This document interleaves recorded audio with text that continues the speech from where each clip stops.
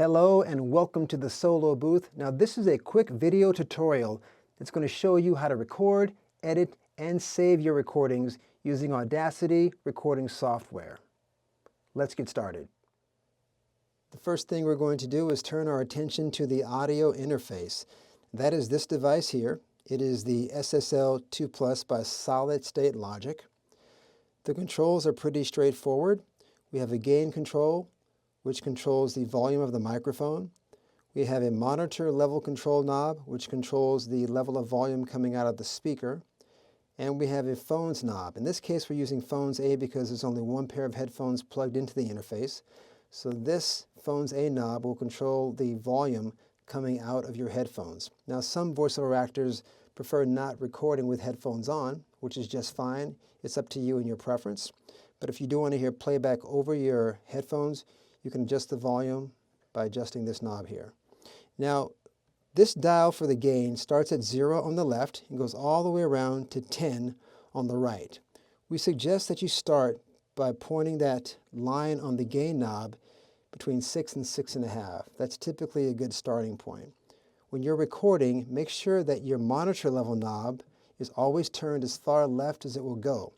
If this knob is up and the gain knob are up simultaneously, when you start speaking into the microphone and recording, you're going to get feedback and distortion on your audio, and you want to avoid that at all costs. So make sure that the speaker level or monitor level knob is all the way down to the left when the gain is up in your recording.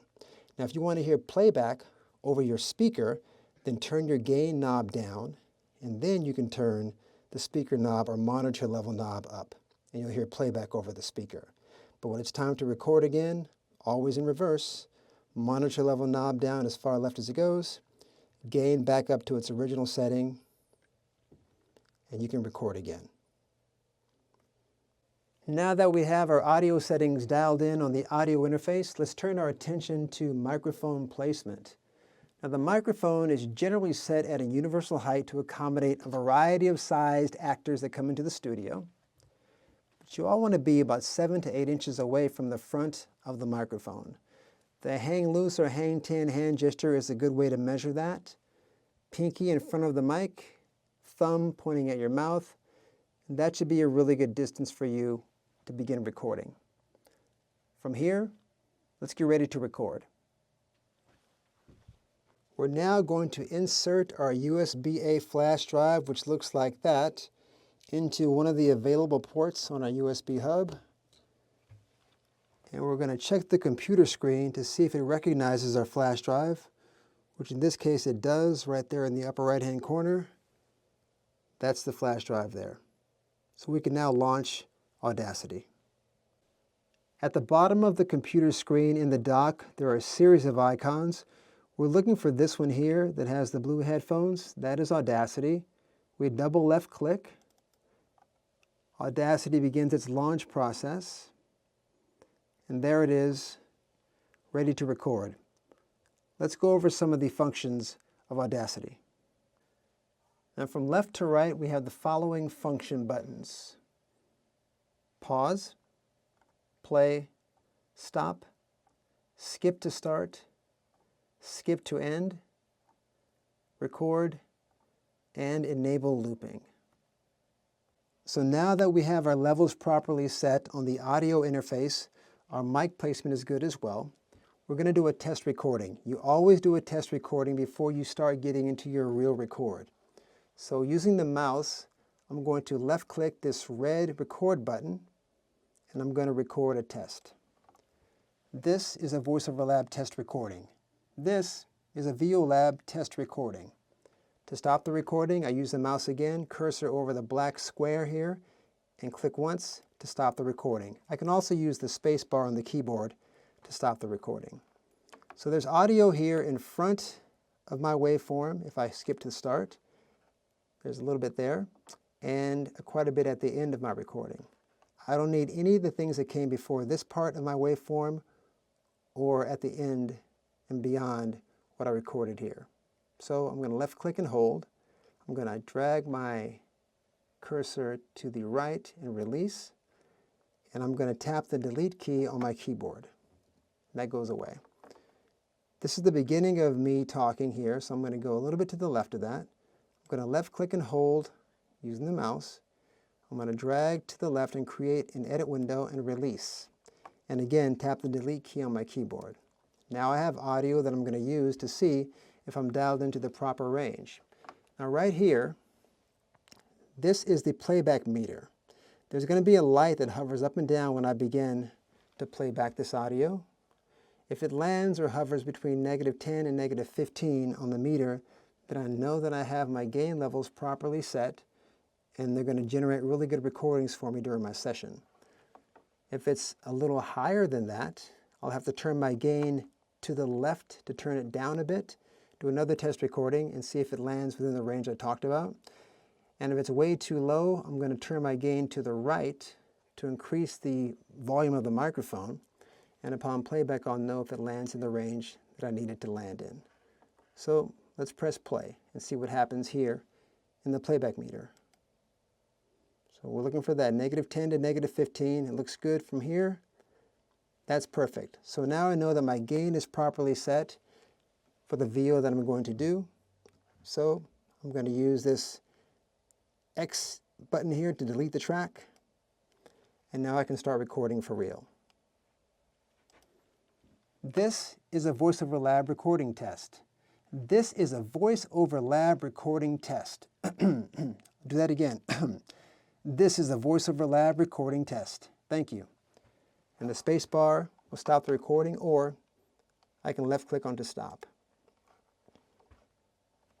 So let's begin the edit. But first, I want to point something out. If you ever see this dark gray bar above your audio with a start point and an end point, that means that you've activated the enable looping feature. You don't want that or need that for this kind of edit. So let's disable that. If you keep it on, your audio will go from this point to this point and loop back and keep playing over and over again, which you don't need. So when you deactivate it by tapping the enable looping button, that darker bar goes away. Now looking at this waveform, I can tell that from this point here all the way to this point at the end of that is what I want to work on. Any audio from this point to the right I don't need, so I left click and hold and I create an edit window around that audio to that point, and I tap the delete key on the keyboard. That goes away. I use the skip to start button. That takes me to the front of my waveform, and I notice that I have some open space here that I don't need either. So let me go about halfway in, left click and hold, and then drag to the left and tap the delete key, and I trim that away. Now here in the middle I made a mistake, and then I corrected myself at this point, right there. So this is where the error is. This is where I had the other take. So let's left click here and play it back. This is a VoiceOver Lab recording test. Do that again. This is a VoiceOver Lab recording test. Thank you. Okay, so from this is a VoiceOver Lab recording test to this is a VoiceOver Lab recording test right here. This is audio that I can work with. This error that I made, I left click and highlight. I want to get rid of that. So let's left click, hold, and create an edit window around that. Tap the delete key. So now I have the beginning and the two ending takes for this audio. What if I play these back and listen to them again? This is a VoiceOver Lab recording test. This is a VoiceOver Lab recording test. Thank you. I prefer this take here. So from the beginning of this audio, I left click and I hold, and I drag all the way to the beginning of the previous recording, and I tap the delete key. And it just replaces the old audio. This is a VoiceOver Lab recording test. Great, and I don't need the thank you at the end of this take either, so I'm going to left click and highlight that audio, release, tap the delete key on the keyboard. I'm going to use the skip to start button here, and I'll play back from the beginning. This is a VoiceOver Lab recording test. This is a VoiceOver Lab recording test. Sounds pretty good to me. I'm happy with it, so I'm going to save this.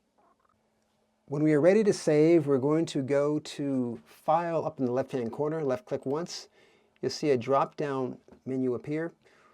We'll left click Export Audio, That takes us to this page where Audacity asks, how would you like to export? In this case, we're going to export to the computer. So we scroll down, cursor over the button, and then we tap Export to Computer. This brings us to our Export Audio window, where we have some options to consider. Now in the Export Audio window, we have the ability to give our file a name, determine the destination of the save. In this case, it's going to be to my flash drive, which is a Lexar flash drive. Formatically, this is going to be a WAV file that we're saving to. For channels, we're recording voiceover, so it's going to be in mono, sample rate 44,100 Hertz, and for encoding 16-bit, this is still CD quality audio here. So we'll give it a name by highlighting the word untitled, tap the delete key, and let's call it Awesome VO Test. Now there's no period between the test and wave, so we have to add that period. It's very important. So let's tap the period key on the keyboard. Now it's Awesome VO Test .wave. We have our save destination. Again, you can always browse to locate your flash drive or wherever else you want to save the file to. Formatically, let's save it as a WAV file, which is fine. And we'll left-click Export at the bottom. And now that is saved